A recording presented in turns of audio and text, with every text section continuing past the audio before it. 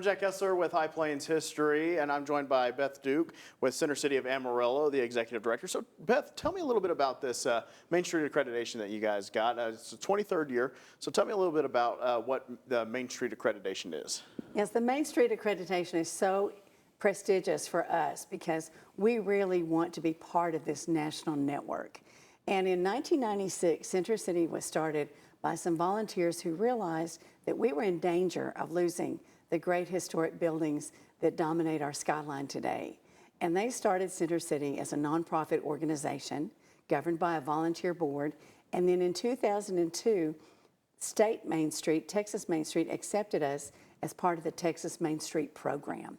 And this meant that we met all the criteria to be a growing, thriving, historic downtown.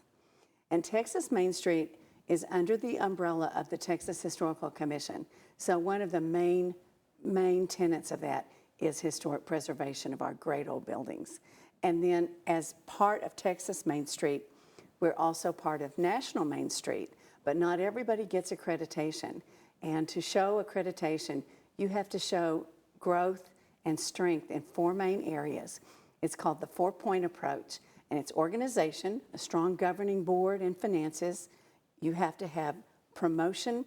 That's all those great events that Center City and others do downtown. You have to have promotion, which is getting all the word out. You have to have historic preservation, and you also have to have economic vitality or economic development. And so what does it mean for you guys to get this for the 23rd year and to, show people that, Amarillo's downtown is strong, growing, and just a place for people to come and just, experience downtown? I think when you have this accreditation, it shows people who live in Amarillo that we are working hard every day to maintain our historic neighborhood and help it grow. As I go to other cities, I'm always looking at their downtown. Are they growing? Are they thriving? Are there a lot of empty buildings? Is there a lot of broken glass? Are there a lot of thriving businesses? And I think that's our benchmark. And so if people don't travel to other cities and have a way to compare, they can see this accreditation and know that we meet or exceed all the standards. And so for people, and this is maybe a question I've had too, where is considered our downtown? Yes, people kind of, drive into and they see the Center City Arcs, which you guys just redid, which we can talk a little bit about. But where is our downtown considered? Our original boundaries of Center City were considered the zoning of the Central Business District, which was Van Buren, the railroad tracks on the north, railroad tracks on the east, and then 11th Street downtown. Well, then in 2006, when we started the Center City Tax Increment Reinvestment Zone, so downtown could help pay for downtown, the boundaries were enlarged. And now our boundaries are so easy to remember. It's the railroad tracks on the north, railroad tracks on the east, Interstate 40 on the south, and Washington Adams on the west. So it's really the natural transportation boundaries that make a big square mile of our historic downtown. And so, what does it mean for you guys to, again, there's been a lot of investment as of late in the downtown. So what does it mean for you guys at Center City to know that, again, that people want to be in downtown Amarillo and want to invest in downtown? It's great because we see every year, we see some of these older buildings like the Barfield, like the new City Hall that's in the old Amarillo Hardware. We see these old buildings coming back to life. And even though a lot of people started working from home during pandemic, some of our office buildings kind of emptied out, they are filling back up. We have between 300 and 400 workers now from Pantex working in the Happy State Bank building. And it's so exciting that people are coming back downtown to support these wonderful local restaurants. Most are mom and pop owned. We only have one chain restaurant out of 30 in the downtown dining district. And we have so many offices that want to do business near the banks, the courts, most of the major CPA firms, and downtown is really the heartbeat of our historic city. You talked about some of the older buildings downtown. What does it mean for people to come in, and either restore these buildings like the Barfield, because the Barfield there for a bit was, you know, it was kind of I'm going to be honest, it was kind of an eyesore Oh, downtown. it was so sad And for it was, 40 years. yeah, Yeah. and so what does it mean for people to go in, take that building, and make it into what it is now, where it attracts people? Yellowstone filmed there. That's right. I mean, what, last year? And so, what does it mean for people to now want to go to the Barfield and experience that after, you know, like you said, 40 years of it being abandoned? You know, the great thing is that that old building is built so strongly and so well that now it can have a new life. It sat empty for 40 years. And I have great personal memories of that building because when my dad was alive, he worked for the helium activity of the Bureau of Mines. And the government would rent offices in different buildings. And for a time, they were in the Barfield building. And his office faced Polk Street. And he would take us down to the office on Saturday, long before take your daughters to work, and we'd raise the window and we could see the Tri-State Fair Parade. So I remember it as an office building. And then it was going to be condominiums, and then there was a recession, and then it was going to be something else. And I'm so proud today that it is the luxury piece of lodging that we needed in downtown. And we had, on December 5th, Center City had a small pop-up party to celebrate the end of Prohibition, because December 5th is the anniversary of the end of Prohibition. We thought, we have an original speakeasy, why not have an end of Prohibition party in the only original speakeasy in Amarillo? And so, I mean, there's other older buildings that have new life in them on Polk Street. I mean, Polk Street is a great example of some of the older buildings in Amarillo that have, you know, a new life in them. You know, what does it mean for people to, again, want to go into these older buildings and have, you know, places, you know, of new business in these older buildings? You know, it's so great because every May is National Historic Preservation Month, and every May we do a tour called Imagine the Possibilities. And we try to pick a historic building that's been restored, and then one that people can imagine the possibilities if it had a new life.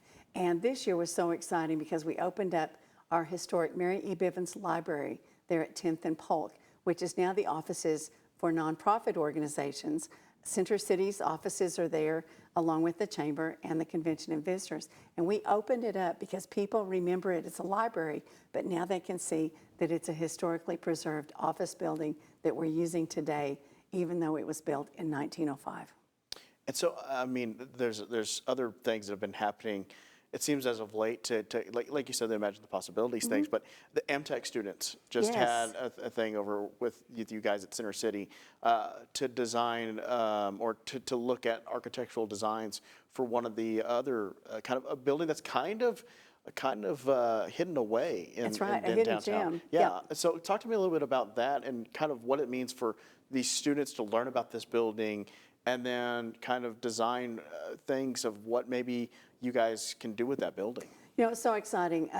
The design, one of the architects from Park Hill, Amber, called and said, I'm working with the design teacher at Amtech, and they would like to find a historic structure that they could use as a visual example and draw a design for how it could have a new life. And what you do when you are in Center City, you call your friends. And I called Dr. Gary Jennings, who owned the Pullman Diner. And it's a little diner that sat on the corner of 9th and Van Buren for years.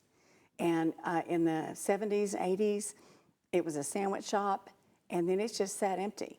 And we looked it up in that historical survey book. It's the Pullman Diner. They were built by the Pullman Company, same company that built train cars. And they were kind of the original food trucks because they were designed as a diner that could be moved. And it had sat there empty forever. Well, these students got the imagination and the vision, and they drew they were in teams, they had 4 different ideas of what it could be. One was totally modern. They had made it kind of with exposed wood siding and made it a little more frontier looking.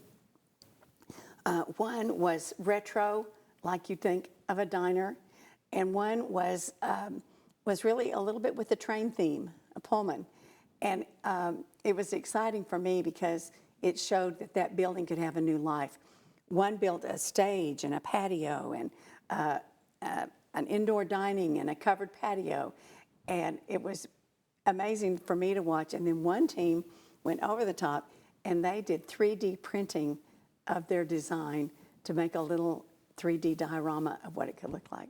So to see students take an interest in a little tiny building that we've driven by a zillion times, it just was inspirational. And I'm already thinking of a building for next year because I would like this to be a real project where they're not just looking at a blank piece of paper, they're looking at a historic structure and seeing how it could have a new life. And so with stuff like that, and imagine the possibilities, is it something where it also kind of helps people get invested, or not, maybe not invested, but just people involved in the history of downtown Amarillo, to show them like, hey, these are things that are in your town. These are things that you may have driven by 100 times, but maybe not know the history of. It is, and you nailed it. We drive by these buildings off and on every day. Or maybe we go downtown to a parade and we see these buildings and wonder. But once you get them involved with the building, touching it, seeing it, maybe touring it, then it develops a real love for our architectural heritage, and it helps tell the story. Thank goodness that Mrs. Bivens gave her home to the city when she died, because it was used when I was growing up as our public library, and now it has a new life as offices. So these buildings will continue to have a new life. The Amarillo Hardware Building, that is a building that could not be built today. Those concrete floors in the Amarillo Hardware Building could not be replicated today. In one portion of the building that they showed me, those concrete floors can hold up to 10,000 pounds square foot. That's a lot. And to be able to take the money and make it a new city hall, right where you can see it from Hodgetown, where it's a centerpiece, so easy to get to, and everybody can enjoy it. It just means a lot to me that they redid that old building and gave it a new life. We've talked several times, and you say our downtown, is our identity. It really is. It's a unique identity to Amarillo. So what does it mean for things like whether it's the new city hall or the Paramount sign? We've talked about the Paramount sign. How you see a picture of that, that's Amarillo. What does it mean for that here in downtown to kind of give us our identity? I think having a district and everything, the arches, the historic buildings, Hodgetown of the new, Santa Fe building of the old, it just shows that we have one foot in the past, but we're looking to the future. And getting an appreciation of these old buildings, they could not be replicated, just like the Barfield. You couldn't build a Barfield today. They had to restore it. And it's wonderful to me, because even though people might not appreciate history, there's a vast group of people who do. And when I talk to groups in the community, many of them grew up here or in the smaller towns and came here to shop or came here for an event. They love the new look of downtown. I know there are several buildings that are still kind of, again, empty in downtown, still kind of needing maybe a revamp in downtown. Have there been talks of certain buildings in downtown Amarillo of putting things in there or doing things with those buildings? I know, of course, cost money and stuff like that. But are there talks of certain buildings, of revitalizing those buildings, getting those to maybe a Barfield type thing, where there's people inside or where people want to go to those buildings? We have a great example right now, the Crest Building on Polk Street. The Crest Building is a Pueblo Deco architecture. It's a beautiful building. The Crest Company, the Kresge Company, when they built their stores, they wanted them to be part of their advertising. They wanted them to have their own personality. They weren't cookie cutter stores. And a group of local investors has bought that. And today, just driving over to the studio, there's a crane over there, and I think it's getting a new roof, and it's going to have a new life soon. And they're going to tell us what their vision is for that wonderful old Crest building. Now, I know there's been a lot of also new investment into downtown, whether new buildings, we talked Hodgetown, it's a whole new ballpark downtown. That's right. So what does it mean for people, and we also just did a piece recently with First Baptist Church of them building the loft. So what does it mean for there also to be new buildings built in downtown? you know, where, you know, you have to kind of take the old out, but put the new in. You know, I know Hodgetown, the Coke building was taken out and you had to put the Hodgetown in. But what does it mean for that to also be things that are still happening in downtown where new buildings are being built? You know, one exciting thing last year was the opening of the Harrington Philanthropy Center for the headquarters of the Amarillo Area Foundation, right there at 10th and Polk. And it used to be a furniture store, V.L. Taylor. And when they first were going to remodel it, they thought they could use part of the existing building. What they found out, like they found out with some buildings, the second floor was really more like a mezzanine and it wouldn't support a full story. So they went back to the drawing board and they went to the community and they said, what do you need? They asked nonprofit groups, they need a meeting place. They need a place to have events. They need a place to have training and education. They need high tech so that people can bring in these programs. And Area Foundation listened and they have developed a beautiful new facility there at 10th and Polk. And it's open. The nonprofits are using it all the time. And it's not just pretty new offices. It truly is a philanthropy center. You know, another great example is the old Fedway department store. In the book, it reminds people that it was the first escalator in downtown in the department store. Then it became the Commerce Building, full of offices. And today, it has a new life as the Harrington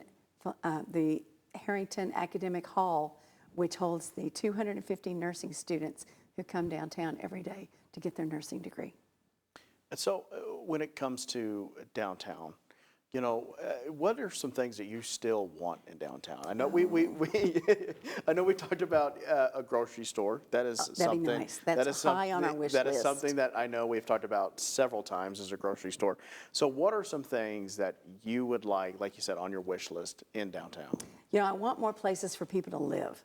We have a lot of people who would love to be able to walk to work, walk to some of the different events, walk to Hodgetown, and as people are working downtown, a lot of people would love to just park their car and walk.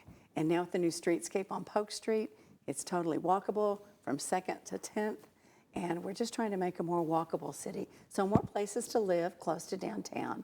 I'd love to see more bike racks because a lot of people want to ride their bikes, but there isn't always a good place to guard them. A grocery store is high on the list too, and then my big dream is to be able to restore the Santa Fe Depot to some new use. And going to the depot, let's talk a little bit about that.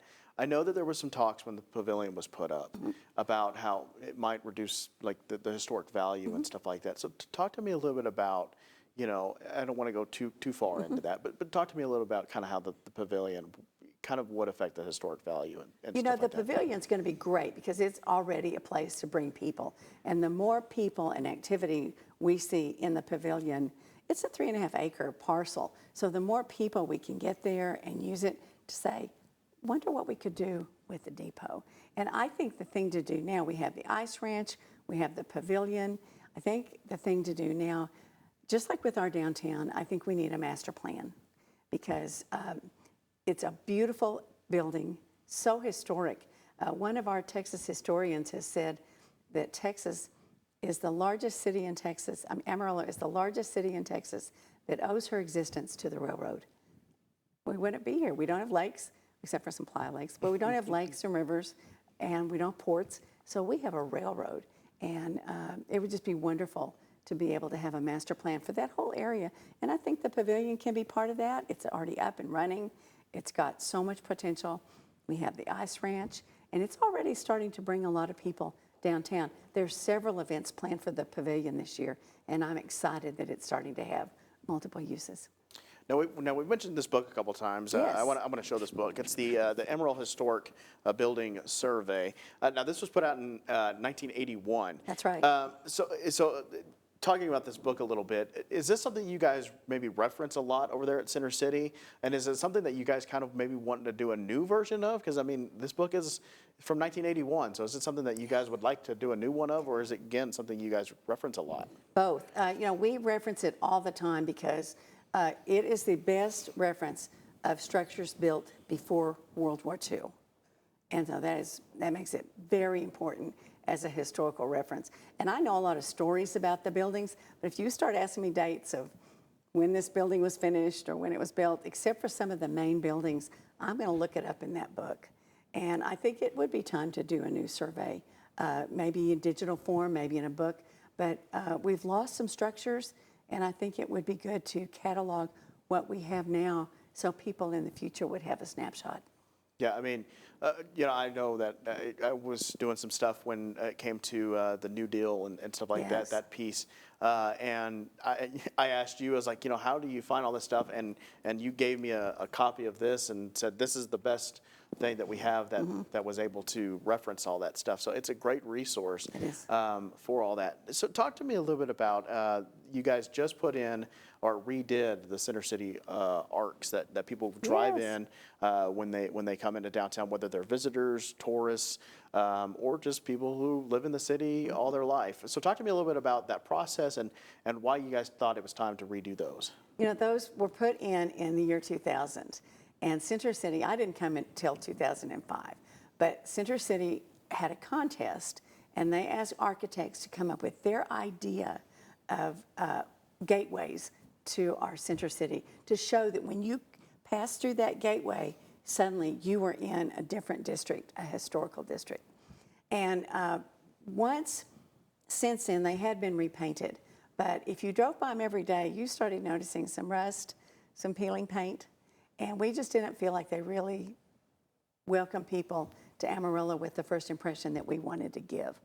So fortunately, the tax increment reinvestment zone, that's a lot, the tax increment reinvestment zone that is Center City's, and all that money has to be spent in downtown, they elected to choose that as one of their community projects. And so this time, the arches were taken down. We had to send them off to a city that had a big enough oven to bake them and powder coat them. Then they were put back up, and with the new technology, Skyrite was able to put LED lights on the top. And what was so much fun when we dedicated them, I found the original architect who won the contest, Glenn Oldham. He now lives in Childress, and he and his wife came up for the rededication. And he told the best story. He said he got the idea for the arches when he was on a flight from Baltimore. And the only thing he had to draw on was an airsick bag. And he actually framed that barf bag and gave me that framed bag that had shown his original idea for it before he submitted it. And then I was able to surprise him. I presented him with a gift of the original blueprints because at Center City, we save history. And I gave him a set of the original blueprints, which he had, but he had lost over the years. So I got a pretty good trade out of that. And thanks to the Tiers for adopting that as a community project. It does make a first impression when you come in. It does say, I'm in Center City now. And I know they're always yellow, or typically yellow, but we've talked about it. You can change the colors of them. So if it's, They were blue the other night. Yeah, there you go. So if it's a special month or a holiday or something like that, you guys can change the colors to kind of match, like most people know at the top of the Santa Fe building. That's right. And the Santa Fe building is a good example. That sign was restored neon, and then after a bad hailstorm, they replaced it with LED. And LED is much cheaper to use electricity, and you can do more with it. In a neon sign, if it's red, it's going to be red its whole life. But on LED, you can change the color because it's not dependent on which gas is in the tube. So it's exciting because now with the Santa Fe building, the Amarillo National buildings, the Happy State Bank building, we're just starting to get some more excitement with these buildings, particularly after dark.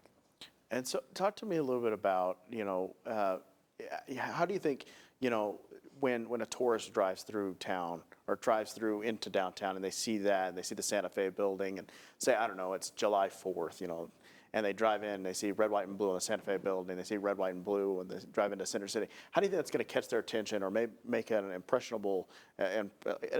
on them, and they go, hey, that's kind of cool driving through Amarillo, or let's just stay in Amarillo for the night? It really enhances the skyline. And in so many towns, especially through the 60s and 70s urban renewal, they lost a lot of their downtown. And we're so lucky we still have these great historic buildings. And even the new buildings, like the Loft at First Baptist, they were inspired by the style of the 1928 Guy Carlander Sanctuary with the arches. And I think when you see those distinctive colors or the distinctive architecture, it just shows you this place has a history. And it may not be as old as some cities on the East Coast, much less in Europe, but we have our own history going back to 1887, and it's something I think we should be proud of. That's one reason Center City really tries to emphasize history, whether it's to students or these tours, or just making downtown a place where people want to come and look around. And so for people that want to know more about what you guys do at Center City, or maybe want to know more about what people, maybe more about what downtown is, or the history of downtown, or some of these buildings, how can they do that? A great way is to become a subscriber to our Constant Contact, our Facebook pages, Center City Events. We always publicize, and you guys help me do a great job of publicizing when we're going to have things that are open to the public.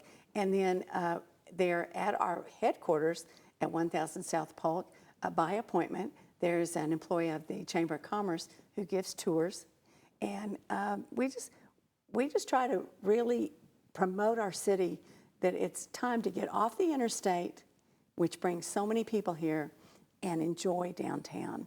And if you take a walking tour of downtown, you'll see details in these buildings that you would never see. Like, you might think the Paramount building is a plain yellow brick building. No, it's travertine with Pueblo Deco tiles across the top. The Potter County Courthouse, if you're there for high noon, you'll see the carving of the Buffalo Hunter and the Indigenous American right there on the courthouse. And before we cleaned the courthouse, through a grant from the Texas Historical Commission, over the arch, I thought it was just scallops. When they finally cleaned it, it's pads of the prickly pear cactus. And so it just shows that if you take the time to look, and then if you really get going on a walking tour, you'll find the gargoyles that are along Polk Street. Wow. Have you ever seen? No, I haven't. Okay, we got to walk. Well, Beth, it's always a pleasure having you. Thank you. And I know we're probably going to have you. Thank you for loving history. Yeah. We know we're going to probably have you on to talk about probably separate buildings that we have. I know you're always trying to get us out to tour the Santa Fe building. Yes. So we're going to have you on definitely back for High Plains history to talk about probably each separate building.